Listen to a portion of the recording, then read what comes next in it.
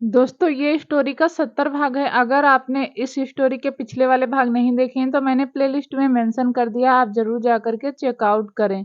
America में दिव्यांश की आंखें अब धीरे धीरे खुलने लगी। उसने एक अंगड़ाई तोड़ी। उसकी नजरें सबसे पहले सीलिंग पर गई। वह थोड़ी देर सीलिंग को देखता रहा, फिर अचानक ही उसकी आंखें बड़ी हो गई। दिव्यांश ने महसूस किया कि वह अपने अपार्टमेंट में नहीं है। दिव्यांश झटके से उठकर बैठ गया। उसने अपने आसपास देखा तो वहां कोई नहीं था। दिव्यांश के सिर में इस वक्त बहुत तेज दर्द हो रहा था। उसने अपना सिर पकड़ लिया। कल रात की बातें वह याद करने लगा, लेकिन उसे कुछ भी याद नहीं आ रहा था। उसे बस इतना याद आ रहा था कि वह वरदान के साथ डांस कर रहा था और सौरभ भी उसी के साथ था। उसके बाद उसने कुछ देर कुछ बिजनेस टाइकून के साथ मीटिंग अटेंड की। उसके बाद क्या हुआ दिव्यांश को कुछ भी याद नहीं था और तभी दिव्यांश का ध्यान खुद पर गया। दिव्यांश ने इस वक्त कपड़े नहीं पहने हुए थे। यह देखकर तो दिव्यांश की सांस ही अटक गई। दिव्यांश ने जब अपने आप को इस हाल में देखा तो उसकी एक चीख निकल गई। वहीं दूसरी तरफ धीरे धीरे शौर्य की आंखें भी खुलने लगी। शौर्य ने भी एक अंगड़ाई तोड़ी और उठकर बैठ गया और तभी उसका ध्यान अपने ऊपर गया। कपड़े तो शौर्य ने भी नहीं पहने थे। कल रात जब शौर्य ने खुद के ऊपर और बेड पर वोमिटिंग कर दी थी तो सांझ ने उसके कपड़े चेंज कर दिए थे। शौर्य ने पहले तो अलसाई सी आंखों से कमरे में नजर घुमाई। शौर्य को वह कमरा अनजाना सा लगा, क्योंकि वह इससे पहले कभी भी दिव्यांश के अपार्टमेंट में नहीं आया था। और फिर अगले ही पल शौर्य ने महसूस किया कि उसने कपड़े नहीं पहने हुए। शौर्य ने खुद को छूकर देखा और उसकी सांस अटकने लगी। शौर्य गहरी गहरी सांस लेने लगा और तभी उसका फोन वाइब्रेट हुआ। शौर्य का फोन नाइट स्टैंड पर रखा हुआ था। शौर्य ने फोन उठाया तो वह दिव्यांश का फोन था। शौर्य ने फोन उठाकर कान पर ही लगाया था कि दिव्यांश ने हड़बड़ाते हुए कहा, शौर्य यार, मेरी तो इज्जत लुट गई। शौर्य ने जब दिव्यांश के मुंह से यह सब सुना तो वह हैरान हो गया। फिर उसने खुद को देखा और धीरे से कहा, लगता है मेरी भी लुट गई। दिव्यांश ने इस बार थोड़ा गुस्से में कहा, कल मैं तेरे साथ था ना, तो तुम लोग मुझे यहाँ होटल में छोड़कर क्यों चले गए? एक बार नहीं सोचा कि दिव्यांश के साथ कोई अनहोनी भी हो सकती है? और वह क्या हो सकती है? मेरे साथ अनहोनी हो गई। अब मैं कौन सा मुंह लेकर तेरी बहन के सामने जाऊंगा? शौर्य दिव्यांश की बात तो सुन रहा था लेकिन समझ नहीं रहा था, क्योंकि वह खुद ही की हालत पर बहुत ज्यादा हैरान था। शौर्य ने कहा, मैं क्या बताऊं दिव्यांश, मेरी तो खुद की हालत खराब है। तुम्हें पता तो है कि तुम होटल में हो, लेकिन मैं कहाँ हूँ मुझे नहीं पता। यह भी नहीं पता कि कल रात मैं किस लड़की के साथ था। तुम लोगों ने मुझे किसी औरत के हवाले कर दिया। तुम्हें शर्म भी नहीं आई? कहते हुए शौर्य भी रोने को हो गया। दिव्यांश ने शौर्य को समझाते हुए कहा, शौर्य शांत हो जाओ, कुछ नहीं हुआ होगा। तुम पहले पता करो तू किसके घर में है, और मैं भी देखता हूँ कि कल रात मेरे साथ किसी लड़की ने अपनी मनमानी कर ली और मेरी इज्जत को तार तार कर दिया। लेकिन प्लीज तू अपनी बहन को मत बताना, यह बात यहीं दफन करते हैं। तू मेरा सीक्रेट छुपा और मैं तेरा सीक्रेट छुपाता हूँ। बोल, डील मंजूर है? शौर्य के पास ऑप्शन नहीं था। शौर्य ने कहा, हाँ डील मंजूर है। तुम प्लीज किसी को मत बताना कि मैं कल रात किसी लड़की के साथ था, वरना बुआ जी फूफा जी मेरे बारे में क्या सोचेंगे कि उनका राम जैसा बेटा अचानक से दुर्योधन कैसे बन गया। फाइनली दोनों ने डिसाइड किया कि वह एक दूसरे का सीक्रेट सीक्रेट ही रखेंगे और किसी का कुछ नहीं बताएंगे। दिव्यांश ने फोन कट किया और बेड से उठकर वॉशरूम में चला गया। दिव्यांश आंखें बंद करके शावर के नीचे खड़ा था और कल रात की बातें याद करने की कोशिश कर रहा था, पर उसे कुछ याद नहीं आ रहा था। बस उसे हल्की हल्की सी धुंधली सी दृष्टि की परछाई दिखाई दे रही थी। वह श्योर नहीं था कि उसके साथ दृष्टि ही थी।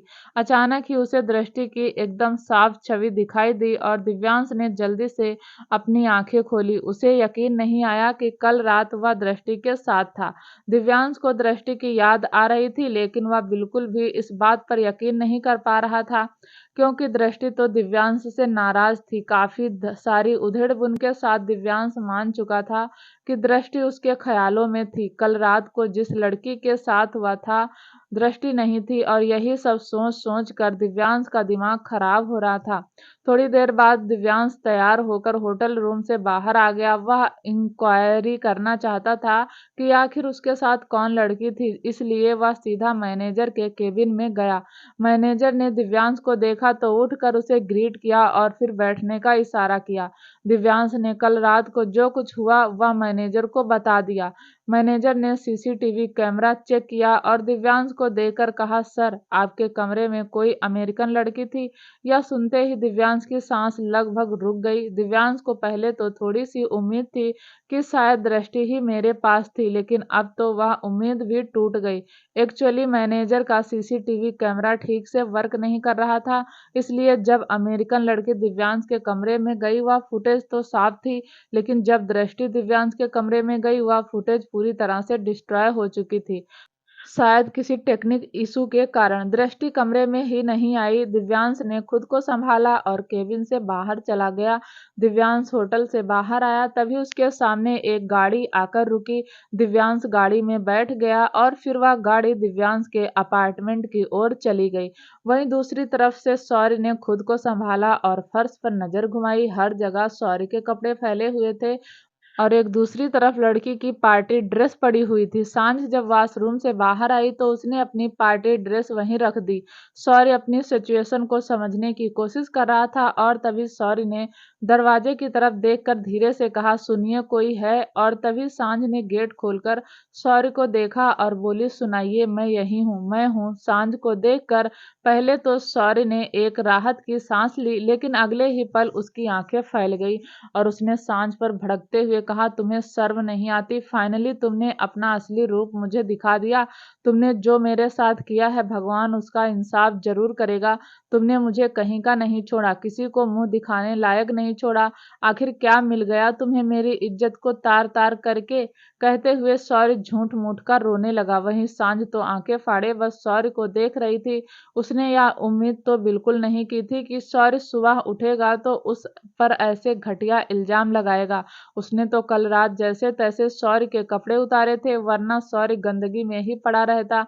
शौर्य को साफ किया था ताकि शौर्य आराम से एक अच्छी नींद ले सके, लेकिन शौर्य तो सुबह उठते ही उस पर बरस गया। सांझ को शौर्य की बात सुनकर अब गुस्सा आने लगा।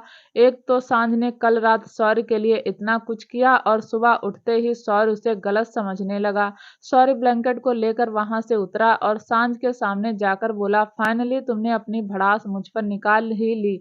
मुझे किसी लायक नहीं छोड़ा। क्या मिल गया तुम्हें यह सब करके? सांझ को अब शौर्य की ऐसी बातों पर हल्की सी हंसी आ गई। सांझ थोड़ा सा शौर्य के करीब गई और शौर्य 2 कदम पीछे हट गया। सांझ थोड़ा सा और करीब गई, शौर्य फिर पीछे हट गया। ऐसे करते हुए शौर्य दीवार से जा लगा। वहीं सांझ शौर्य के बिल्कुल नजदीक जाकर उसके होठों पर अपनी सांसें दौड़ाती हुई बोली, सुकून मिल गया। आपको क्या पता शौर्य, सुकून के लिए मैं कितना तड़प रही थी और फाइनली मुझे वह मिल गया जो मुझे चाहिए था। शौर्य इस वक्त बहुत ज्यादा डर रहा था। उसने सांझ का यह रूप तो पहली बार देखा था।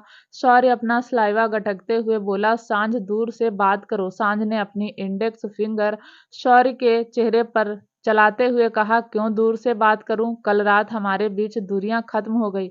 मैंने तुम्हें पूरा का पूरा इन आंखों से स्कैन किया हुआ है। कहते हुए सांझ शौर्य को ऊपर से नीचे तक देख रही थी। सांझ को देखकर शौर्य के दिल की धड़कनें डबल स्पीड से भाग रही थी। उसे अपनी आंखों पर यकीन नहीं हो रहा था कि सांझ ऐसा भी कुछ कर सकती है। वहीं सांझ शौर्य को जानबूझकर लास्ट भरी नजरों से देख रही थी और शौर्य सांझ की नजरों को देखकर अनकंफर्टेबल फील कर रहा था।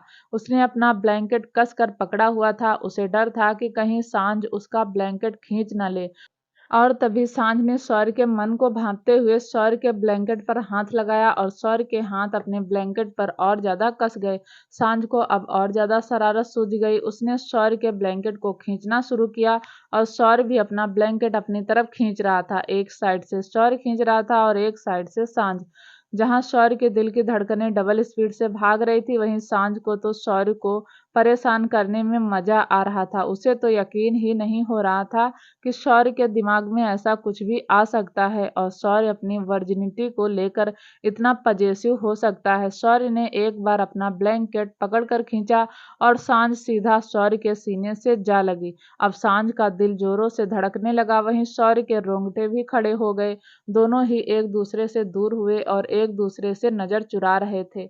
और तभी सिचुएशन को नॉर्मल करने के लिए सांझ ने शौर्य के सिर पर हल्का सा मार कर कहा, कितना नौटंकी करते हो, मैंने कुछ नहीं किया। कल रात आपने बहुत ज्यादा वोमिटिंग कर दी थी, इसीलिए मैंने आपके कपड़े उतार दिए और वैसे भी कच्छा पहना हुआ है आपने। शौर्य का ध्यान अब जाकर अपनी बॉडी पर गया और उसने कहा, आंखें बंद कर ली और फिर उसे वह सारी बातें याद आने लगी जो उसने फ्लो फ्लो में सांझ से कह दी थी। अब तो शौर्य ने अपना चेहरा ब्लैंकेट में छुपा लिया। वहीं शौर्य को ऐसे देखकर सांझ के चेहरे पर मुस्कुराहट आ गई। सांझ ने सबसे पहले कमरे में फैले हुए कपड़ों को इकट्ठा किया और उसे एक बकेट में रख दिया और शौर्य को देखकर बोली, मैं नाश्ता बना रही हूँ, आप फ्रेश हो जाइए, मैं आपको कपड़े दे देती हूँ। सांझ कमरे से चली गई। शौर्य ने अपना चेहरा ब्लैंकेट से निकाला और तभी उसके चेहरे पर एक मुस्कुराहट आ गई। वह मुस्कुराहट बहुत कीमती थी। उसमें शौर्य की शर्म, शौर्य का पछतावा, सांझ को लेकर शौर्य की इज्जत, सब कुछ शामिल था। वह मुस्कुराहट शौर्य की स्मार्टनेस को और बढ़ा रही थी। तभी सांझ वापस आई। सांझ को देखकर शौर्य फिर से नॉर्मल हो गया, लेकिन अब भी वह सांझ की तरफ देख नहीं रहा था। वहीं सांझ ने दिव्यांश के कपड़े लाकर सोफे पर रखे और बोली, दिव्यांश जीजू के हैं, आपको आएंगे, नहा लीजिए, तब तक मैं नाश्ता रेडी कर देती हूँ। सांझ वापस चली गई। सांझ के जाते ही शौर्य के चेहरे पर मुस्कुराहट वापस आ गई और शौर्य ने वॉशरूम का रुख किया। करीब आधे घंटे बाद शौर्य वॉशरूम से बाहर आया। उसने दिव्यांश की लोअर टी शर्ट पहनी और बाहर चला गया। वहीं सांझ अब तक शौर्य के लिए नाश्ता बना चुकी थी। शौर्य खुद को नॉर्मल करना चाहता था, लेकिन फिर भी वह खुद को नॉर्मल नहीं कर पा रहा था। वह सांझ की तरफ देख नहीं रहा था। फिर वह जाकर चुपचाप डाइनिंग टेबल पर बैठ गया। उसने डाइनिंग टेबल पर नजर घुमाई। उसकी आंखें खुली की खुली रह गईं, क्योंकि डाइनिंग टेबल पर बहुत सारी डिश थी जिन्हें देखकर शौर्य मन ही मन खुश हुआ। वहीं सांझ शौर्य को नाश्ता करवाते हुए बोली, मुझे नहीं पता था आपको क्या पसंद है और क्या नहीं, इसलिए मुझे जो सही लगा मैंने वह सब कुछ बना दिया। शौर्य ने धीरे से कहा, तुमने बहुत ज्यादा बना दिया है, मैं इतना सारा थोड़ी खाऊंगा। सांझ ने कहा, जितना खाना है उतना खा लीजिए, बाकी दिव्यांश जीजू आने वाले हैं, वह भी नाश्ता कर लेंगे। शौर्य ने नाश्ता किया तो नाश्ता बहुत टेस्टी था। शौर्य सांझ का डेडिकेशन देख रहा था कि वह अनजान बनकर भी उसे पटाने की कोशिश कर रही है, लेकिन शौर्य भी अपनी चाशनी का इंतजार कर रहा था, इसलिए उसने एक बार फिर सांझ के डेडिकेशन को इग्नोर कर दिया। खाना खाने के बाद शौर्य ने कहा, अच्छा मैं चलता हूँ। सांझ ने हाँ में गर्दन हिला दी। शौर्य गेट तक गया, फिर कुछ सोचकर वापस आया और सांझ को देखकर बोला, कल रात तुम मुझे यहाँ लेकर आई थी। सांझ ने हाँ में गर्दन हिला दी। शौर्य ने बहुत मुश्किल से सांझ की आंखों में देखकर कहा, तुम मुझे यहाँ लेकर आई इसके लिए थैंक यू, और कल रात तुमने मेरी जितनी भी हेल्प की उसके लिए भी थैंक यू। सांझ ने कहा, इट्स ओके, कोई बात नहीं, मैंने कहा था ना, आप अपनी जिंदगी चाशनी के लिए डेडिकेट कर दीजिए और मैं अपनी जिंदगी आपके लिए कर देती हूँ। तो ऐसे तो बहुत मौके आएंगे जब मैं आपकी इतनी मदद करूंगी और आपसे शिकायत भी नहीं करूंगी। सांझ की बात सुनकर शौर्य को थोड़ा सा गुस्सा आ गया और उसने सांझ को समझाते हुए कहा, सांझ समझने की कोशिश करो, तुम मेरे लिए अपनी जिंदगी बर्बाद मत करो। आप भी तो अपनी जिंदगी अपनी चाशनी के लिए बर्बाद ही कर रहे हैं, सांझ ने कहा। शौर्य को अब और ज्यादा गुस्सा आ गया। शौर्य बोला, मेरी बात अलग है। सांझ ने भी मुस्कुराकर शौर्य को जवाब देते हुए कहा, बात तो मेरी भी अलग है। शौर्य ने अपने गुस्से को कंट्रोल करने के लिए कसकर अपनी आंखें बंद कर ली और फिर खोल कर सांझ को देखकर कहा, सांझ तुम बहस कर रही हो।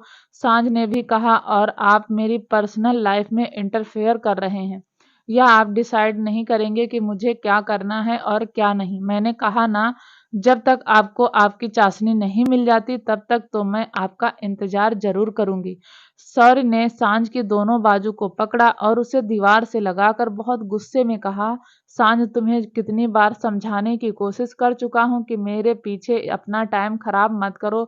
सुंदर हो, स्टैंडर्ड हो, एजुकेटेड हो, मुझसे कहीं ज्यादा अच्छा लड़का डिजर्व करती हो तो मेरे पीछे जोगन बनकर क्यों घूम रही हो? सांझ तो अब तक सौर्य की हर बात का जवाब प्यार से दे रही थी, अब उसे भी गुस्सा आ गया। उसने भी सौर्य की बाजू को और अपने हाथों से झटकते हुए कहा, और अगर यही बात मैं कहूँ तो एजुकेटेड हो, स्मार्ट हो, स्टैंडर्ड हो, रिच हो तो एक ऐसी लड़की के लिए अपनी जिंदगी बर्बाद क्यों कर रहे हो जिसका कोई वजूद ही नहीं? अगले ही पल सांझ ने सौर्य की आंखों में देखकर गुस्से में कहा, आपका प्यार आपका इंतजार कर सकता है, आपका प्यार बहुत पवित्र है, आपका प्यार लैला मजनू जैसा है, और मेरा प्यार आपको फालतू नजर आता है, मेरा प्यार आपको टाइम बर्बाद नजर आता है। आखिर आप खुद को समझते क्या हैं? अगर आप अपनी जिंदगी उस लड़की के लिए डेडिकेट कर सकते हैं तो मैं भी अपनी जिंदगी आपके लिए डेडिकेट कर सकती हूँ। सौर्य ने फिर से गुस्से में कहा, सांझ, तुम समझ नहीं रही हो। सांझ का गुस्सा बहुत बढ़ गया। सांझ ने सौर्य की बाजू पकड़ी और उसे अपने अपार्टमेंट से निकालते हुए बोली, मुझे कुछ नहीं सुनना और ना ही कुछ समझना है। मुझे लगा कि मैं आपकी इतनी हेल्प कर रही हूँ तो आप मुझे थैंक यू बोलोगे, मेरे साथ हल्की फुल्की बातें करेंगे, थोड़ा सा टाइम स्पेंड करेंगे, लेकिन आप तो फिर से वही पुराना वाला राग अलापने लगे। मुझे नहीं सुनना आपका, याद, जाइए यहाँ से। इतना कहकर सांझ ने सौर्य को अपने अपार्टमेंट के बाहर खड़ा कर दिया और सौर्य के मुंह पर धड़ाम से गेट बंद कर दिया। सौर्य हैरानी से सांझ को देख रहा था। सौर्य जितना सांझ के करीब जाता था, सांझ का एक नया रूप सौर्य को देखने को मिलता था। यह रूप तो सौर्य ने सांझ का पहली बार देखा था, वरना तो हमेशा सांझ सौर्य से इज्जत से पेश आती थी, लेकिन आज तो सांझ ने सौर्य की तगड़ी वाली बेइज्जती कर दी थी। वहीं सौर्य तो बंद गेट को निहार रहा था और तभी उसकी नजर एक दूसरे अपार्टमेंट के गेट पर गई, जहां एक बूढ़ा अमेरिकन सौर्य को देखकर मुस्कुरा रहा था। और फिर वह बूढ़ा अमेरिकन बोला, one side effect of love. Sorry ने भी मुस्कुराकर कंधे उचका दिए, लेकिन फिर थोड़ा सा खुद में बड़बड़ाया कि कहीं चाशनी। तभी सांझ ने अपार्टमेंट का गेट खोला और सौर के गंदे कपड़े सौर के ऊपर फेंक कर मारे। फिर वह भी गुस्से में बोली, तू कुत्ता, सांझ ने कहा। तू बंदरिया, सौर चिढ़ाता हुआ फिर बोला। तू बंदर, सांझ भी दांत पीसते हुए बोली। तू डायन, सौर्य गुस्से में बोला। तू पिशाच, सांझ सौर्य को आंखें दिखाते हुए बोली। तू गधी, सौर्य फिर गुस्से में बोला। तू गधा, तू खनखजूरा, तू चिंपांजी, तू आदिमानव, तू पागल, तू घोड़ा, तू कछुआ, तू मगरमच्छ, तू सब कुछ। सांझ भी सौर्य से पीछे हटने वाली नहीं थी। सौर्य ने एक हाथ सांझ को दिखाया और हल्का उसे अंदर जाने का इशारा करते हुए कहा, चल चल, बहुत देखे तेरे जैसे, चल निकल। सांझ ने भी फिर सौर्य के जैसे ही सौर्य को हाथ दिखाया और वह भी गुस्से में बोली, चल चल तू निकल, मैं नहीं होती ना तो कल रात गंदगी में पड़ा रहता, सुबह उठकर मुझे भी उल्टा सीधा बोल रहा है। चल निकल तू, आज के बाद अपनी शक्ल इस फ्लैट की तरफ मत दिखाना। सौर्य भी किलर लुक देखकर वहां से अपने गंदे कपड़े उठाकर चला गया, लेकिन फिर अपार्टमेंट के कॉरिडोर से जाता हुआ बोला, एक यह है जो मुझसे इतनी बदतमीजी से बात करती है, और एक मेरी चाशनी जो हर वक्त मुझे गिफ्ट भेजा करती थी, पता नहीं खुद को क्या समझती है। अगर गलती से मेरी शादी हो गई फिर तो यह मेरा जीना हराम कर देगी। भगवान, जल्दी से मेरी चाशनी को मेरे पास भेज दो ताकि मुझे इस लड़की से छुटकारा मिल जाए। वहीं सांझ ने गेट बंद किया और गेट से टेक लगाकर रोने लगी, और रोती रोती वह भी शौर्य को ही कोस रही थी। पता नहीं खुद को क्या समझते हैं, उन्हें लगता है कि मैं उन्हें कुछ नहीं करूंगी तो वह मुझे कुछ भी कहेंगे, और वह बकवास करेंगे तो मैं उन्हें जवाब नहीं दूंगी। कभी कभी तो मन करता है इस दिल को निकालकर फेंक दूं, क्योंकि इस दिल की वजह से ही शौर्य मेरे साथ बदतमीजी करते हैं और मुझे अपना गुस्सा दिखाते हैं। अगर उनकी चाशनी नहीं आई और मैं उनकी जिंदगी में शामिल हो गई तो मैं तो इनका जीना हराम कर दूंगी, चुन चुन कर बदले लूंगी, उठक बैठक करवाऊंगी। कहते कहते सांझ और ज्यादा रोने लगी। वहीं दूसरी तरफ दिव्यांश सौर्य के अपार्टमेंट के बाहर खड़ा था, लेकिन अंदर जाने की हिम्मत दिव्यांश की नहीं थी। दिव्यांश अपना और दृष्टि का रिश्ता सुधारना चाहता था, लेकिन एक गलतफहमी के चलते उन दोनों के रिश्ते में फिर से दूरियां आ गई थी। दिव्यांश दृष्टि को सब कुछ बताना चाहता था और उससे माफी मांगना चाहता था, लेकिन दिव्यांश का दिल जोरों से धड़क रहा था। फिर दिव्यांश ने कुछ सोचकर अपनी जेब से एक लेटर निकाला और गेट के नीचे से शौर्य के अपार्टमेंट में डाल दिया। और फिर दिव्यांश बिना किसी से मिले वहां से चला गया। वहीं दृष्टि देव को लेकर कमरे में इधर उधर चक्कर लगा रही थी। अचानक वरदान और वंशिका भी बाहर गए हुए थे। दृष्टि अकेले अपार्टमेंट में देव को संभाल रही थी कि आज पहली बार देव पर गुस्सा कर रही थी। फिर वह देव को देखकर बोली, देव तुम बहुत बुरे हो। क्या तुम नहीं चाहते तुम्हारे मम्मी पापा साथ आ जाएं? क्या तुम्हें मम्मी पापा दोनों का प्यार एक साथ नहीं चाहिए? तुम रो रो कर ना बुआ की हालत खराब करते और ना ही तुम्हारे पापा को अकेले छोड़कर आना पड़ता। पता नहीं तेरे पापा की जब आंख खुलेगी तो कैसे रिएक्ट किया होगा। तुझे पता है मैंने तेरे पापा को उठाने की कोशिश भी की, लेकिन तेरे पापा तो जैसे कुंभकर्ण की नींद सो रहे थे। दृष्टि देव से बातें करते हुए बाहर हॉल में आ गई और तभी उसने गेट के पास इन्वलप देखा। दृष्टि ने उस लेटर को उठा लिया और तभी देव उस पर हाथ मारने लगा। दृष्टि ने देव को वॉकर में बिठाया और खुद उस एनवलप को खोलकर देखने लगी।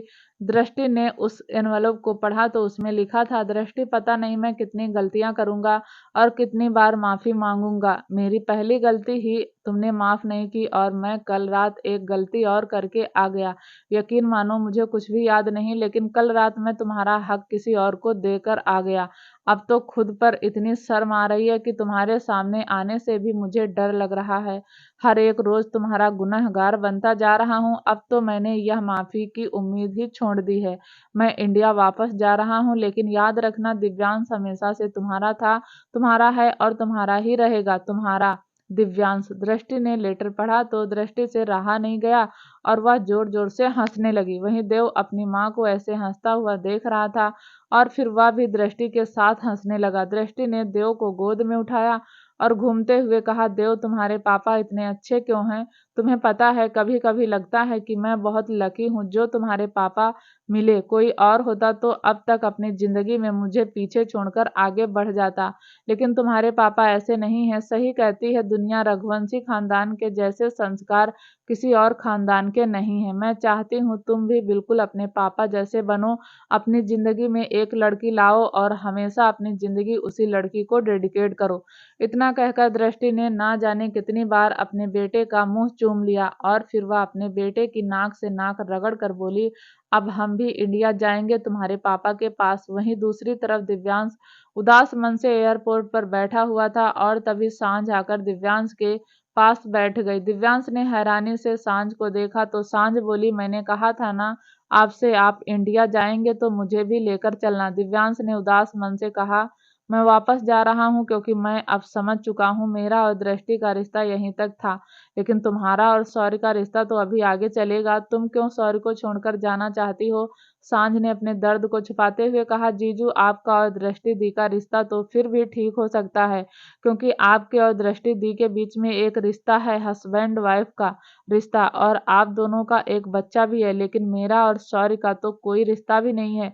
कहते हुए उसने दिव्यांश के कंधे पर सिर रख लिया और तभी दिव्यांश ने भी एक हाथ से सांझ के गाल को सहलाया और बोला, अच्छा चलो वापस चलते हैं। अपने प्यार को जितना मनाना था हमने मना लिया, अब सब कुछ ही चाची के गोविंद पर छोड़ देते हैं। अगर चाची के गोविंद चाहेंगे तो हमें हमारा प्यार मिल जाएगा। थोड़ी देर में दोनों की फ्लाइट अनाउंस हो गई और दोनों ही एयरपोर्ट के अंदर चले गए। दोनों ने ही एक साथ मुड़कर पीछे देखा। शायद उनके दिल में अब भी उम्मीद थी कि उनका प्यार उन्हें रोक लेगा, लेकिन दोनों ही निराश हो गए। उन्हें रोकने वाला कोई नहीं था। थोड़ी देर बाद दोनों ही प्लेन के अंदर बैठे हुए थे।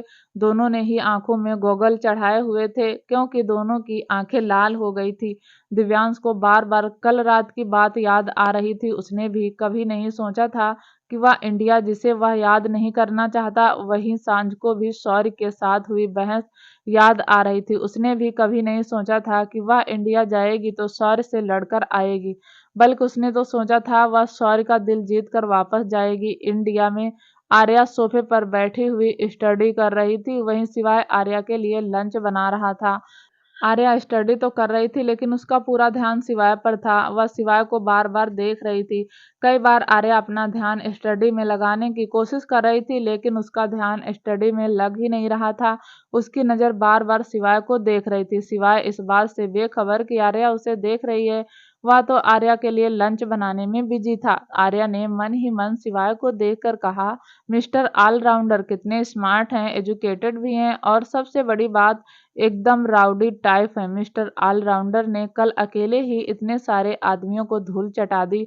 आर्या ने अपनी आंखें बंद की तो उसे कल रात की बातें याद आने लगी जब सिवाय ने उसे खुद से चिपकाए हुए उन आदमियों से लड़ रहा था।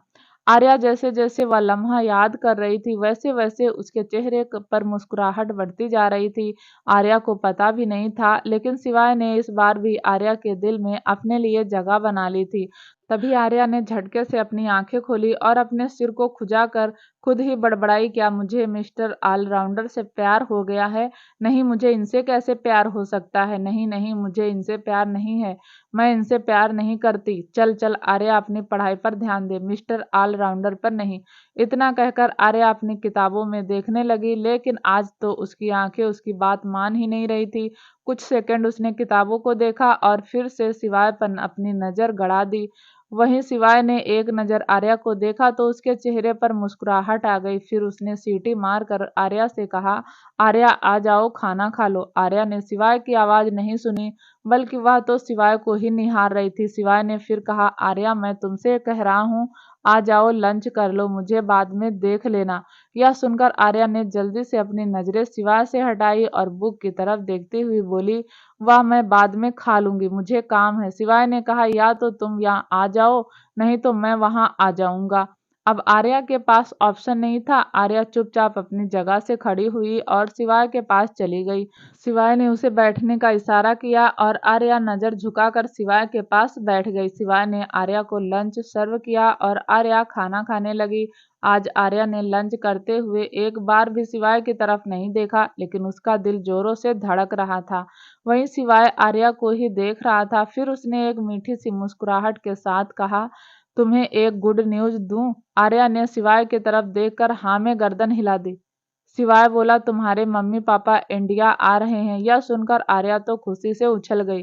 फिर उसने अनजाने में ही सिवाय का हाथ पकड़कर उसे हिलाते हुए कहा, क्या सॉरी भाई भी आ रहे हैं और दृष्टि भी आ रही है? सिवाय बोला, उनका मुझे नहीं पता, बस यही पता है कि मिस्टर रजावत अपनी वाइफ के साथ वापस आ रहे हैं। आर्या यह बात सुनकर बहुत खुश हुई। फिर वह खुशी खुशी अपना लंच एंजॉय करने लगी। तभी सिवाय ने कहा, कल तुम्हारे पेरेंट्स आ जाएंगे तो मैं यहाँ से चला जाऊंगा। और यह बात सुनकर आर्या के चेहरे का रंग उड़ गया। सिवाय चला गया, यह बात आर्या को अच्छी नहीं लगी। वहीं सिवाय का पूरा ध्यान आर्या के उतरे हुए चेहरे पर ही था। सिवाय ने मन ही मन कहा, क्या बात है सिवाय, तेरा जादू तो आर्या पर भी चल गया। जब से उसे कुछ भी याद नहीं, आर्या जहां पहले लंच एंजॉय कर रही थी उसका अब खाना खाने का मन नहीं कर रहा था। उसने जैसे तैसे खाना अपने मुंह में घुसाया और फिर खड़ी होकर बोली, मुझे काम है, स्टडी करनी है। इतना कहकर आर्या वहां से चली गई। आर्या ने अपनी बुक्स उठाई और अपने कमरे में आ गई। आर्या ने गुस्से में बुक्स सोफे पर फेंकी और फिर बेड पर जाकर लेट गई। अचानक आर्या की आंखों से आंसू बहने लगे। आर्या को यह बात बहुत बुरी लग रही थी कि सिवाय चला जाएगा और यह सुनकर आर्या के चेहरे का रंग उड़ गया। सिवाय चला जाएगा, यह बात आर्या को अच्छी नहीं लगी। वहीं आर्या को थोड़ा सा रोना आ गया और वह तकिए में मुंह छुपाकर रोने लगी। फिर वह खुद से ही बोली, मिस्टर ऑलराउंडर चले जाएंगे, मुझे इतना बुरा क्यों लग रहा है? मैं तो वैसे भी उन्हें पसंद नहीं करती, अब वह जा रहे हैं तो मुझे अच्छा क्यों नहीं लग रहा।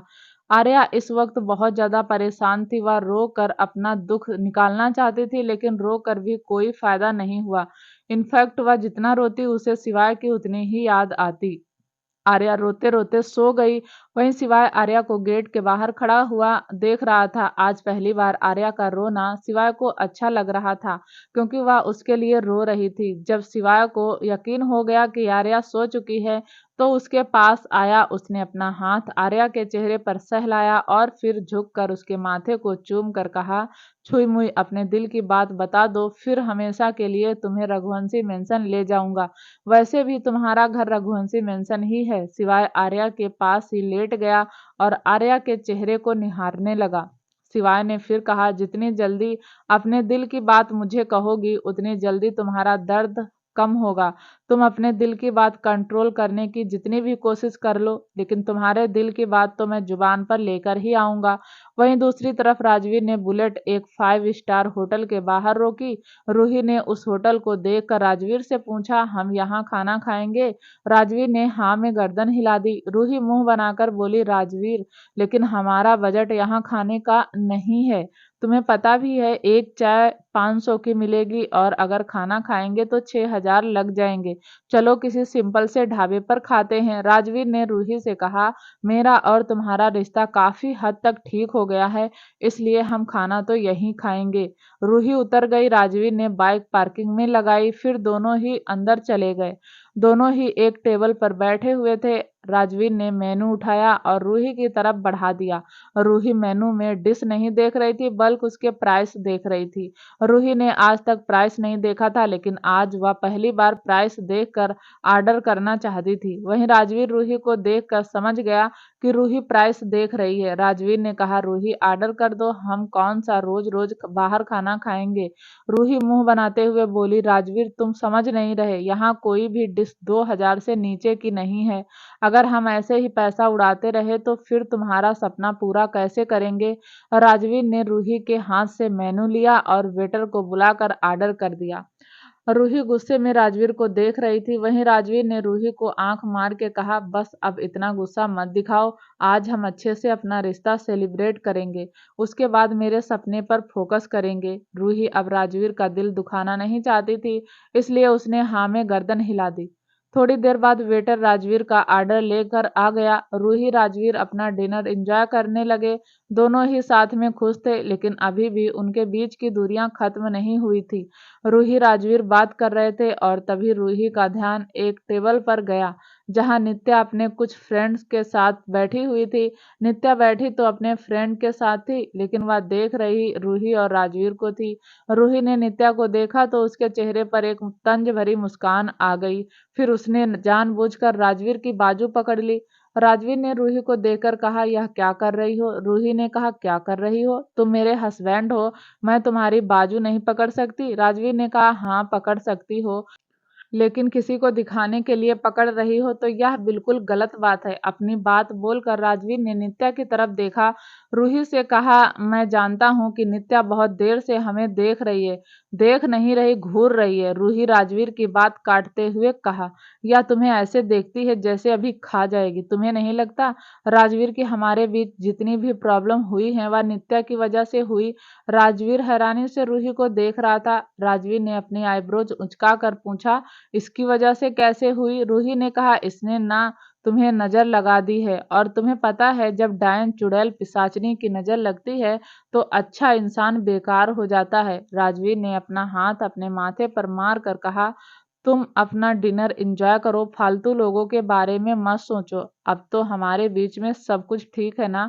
चलो खाना खा लो। रूही फिर से खाना खाने लगी, लेकिन अब ना चाहते हुए भी रूही का ध्यान बार बार नित्या की तरफ जाता और नित्या को देखकर रूही कभी राजवीर के गालों को छूती, कभी उसकी कलाई पकड़ती। वहीं राजवीर रूही की हरकतें नोटिस कर रहा था। फिर उसने ना में गर्दन हिलाते हुए खुद से कहा, या नहीं सुधरने वाली। थोड़ी देर बाद दोनों ने ही डिनर खत्म किया, लेकिन राजवीर की प्लेट में अभी थोड़े से चावल थे जो राजवीर खा नहीं पा रहा था। रूही ने राजवीर के हाथ से प्लेट ली और उसे एक चम्मच में लेकर खुद खाने लगी। राजवीर रूही को देख रहा था। वहीं राजवीर के ऐसा देखने से रूही ने मुस्कुराकर कहा, ऐसे क्या देख रहे हो? मैं जानती हूँ तुमसे यह चावल खाए नहीं जा रहे। और तुम्हारे रूल के हिसाब से अन्न का अपमान नहीं करना चाहिए, इसलिए मैं तुम्हारी हेल्प कर रही हूँ। राजवीर के चेहरे पर मुस्कुराहट आ गई। थोड़ी देर बाद वेटर बिल लेकर आ गया। राजवीर ने बिल देखा तो बिल 6,500 का था। राजवीर ने वॉलेट में से पैसे निकाले और 7,000 रख दिए। यह देखकर रूही की आंखें हैरानी से फैल गई। रूही ने कहा, 500 एक्स्ट्रा क्यों रखे? राजवीर बोला, 5 स्टार होटल 500 की टिप दी है। रूही ने 500 में से 400 उठाते हुए कहा, 100 की टिप काफी है। राजवीर को रूही की शरारत पर हंसी आ गई। फिर वह अपनी जगह से खड़ा हुआ। उसने रूही की तरफ हाथ बढ़ाया और रूही ने मुस्कुराकर उसके हाथ पर अपना हाथ रख दिया। राजवीर रूही की कमर पर हाथ डालकर वहां से चला गया। वहीं नित्या, जो अपने फ्रेंड के साथ बैठी थी, उसके हाथ में एक कांटा था जिससे वह टेबल पर निशान बना रही थी। थोड़ी देर बाद रूही राजवीर अपनी बुलेट के पास आ गए। राजवीर बुलेट स्टार्ट कर रहा था, लेकिन बुलेट स्टार्ट नहीं हो रही थी। रूही ने पूछा, क्या हुआ? राजवीर बोला, चटोरी बिल्ली, लगता है पेट्रोल खत्म हो गया, पैदल चल पाओगी? रूही ने हाँ में गर्दन हिला दी।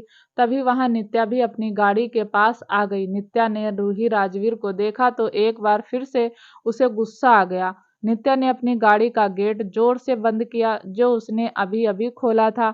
फिर वह राजवीर के पास आकर बोली, राजवीर, तुम कहो तो मैं तुम्हें लिफ्ट दे दूं। नित्या की बात सुनकर रूही राजवीर का ध्यान नित्या पर गया। रूही कुछ बोलती उससे पहले ही राजवीर ने कहा, नित्या, एक बात ध्यान से सुन लो। मैं अपनी शादीशुदा जिंदगी में बहुत खुश हूँ और रूही के साथ कुछ ज्यादा ही खुश हूँ। बेहतर होगा कि तुम मेरी और रूही की जिंदगी में इंटरफेयर ना करो। घुमा फिरा कर बात करना मेरी फितरत में नहीं है, इसीलिए सीधा सीधा तुम्हें वार्न कर रहा हूँ। मेरी जिंदगी से दूर हो जाओ, वरना तुम्हारे लिए अच्छा नहीं होगा। नित्या गुस्से में राजवीर और रूही को देख रही थी। उसे गुस्सा तो बहुत आ रहा था। फिर वह अपना गुस्सा दबाते हुए बोली, देखो राजवीर, मैं बस तुम्हारी हेल्प करने के लिए कह रही हूँ। राजवीर को पुरानी बातें याद आ गई। राजवीर ने अपनी बाजू फोल्ड की और फिर अपनी कमर पर हाथ रख कर कहा, एक बार तुमसे हेल्प लेने आया था, बदले में तुमने अपनी औकात दिखा दी।